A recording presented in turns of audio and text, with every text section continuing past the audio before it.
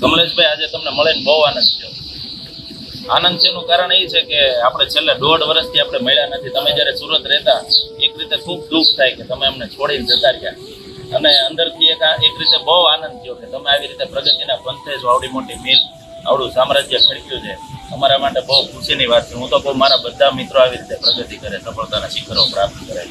અને કહેવાય છે ને કે મિત્રતાની કોઈ વ્યાખ્યા ન હોય, મિત્રનું કોઈ ચિત્ર ન હોય, સાચી તો લાગણીમાં અનુભવાય. વિશેષ તો પછી તમે મને કહો.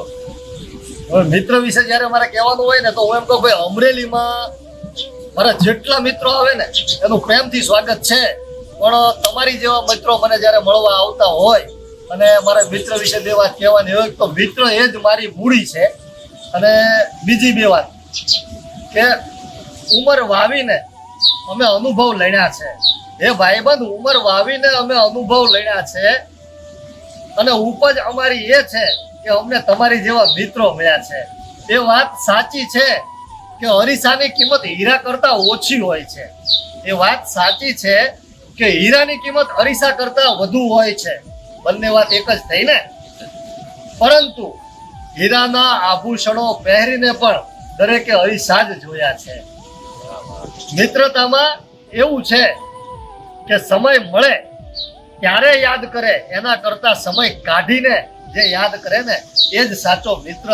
તમારું મુખ જોઈને જે નક્કી કરી લે કે ભાઈ મારા મિત્રને શું તકલીફ છે, એ જ સાચો મિત્ર. મિત્ર વિશે તો બીજું શું કહું, કારણ કે ભાઈબંધની વ્યાખ્યા ભાઈ કરતા વિશેષ હોય ને, એને ભાઈબંધ કહેવાય. જય શ્રી રામ, જય હિન્દ, વંદે માતરમ. આજે અજયભાઈ દુધાત જે સુરતથી મને સ્પેશિયલ મળવા આવ્યા મારી મિલે, અને એનો ખરેખર દિલથી આનંદ થયો. હું દરેક મિત્રોને કહું છું કે જ્યારે અમરેલી આવો ને ત્યારે ચોક્કસ આ મિત્રોની મુલાકાત લેજો. અને આગતા સ્વાગતા અને ભાવમાં કાંઈ પણ ઘટે ને તો મેસેજમાં કહેજો.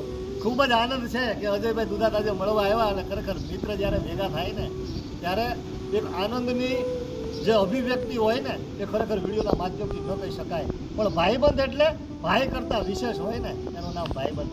જય હિન્દ.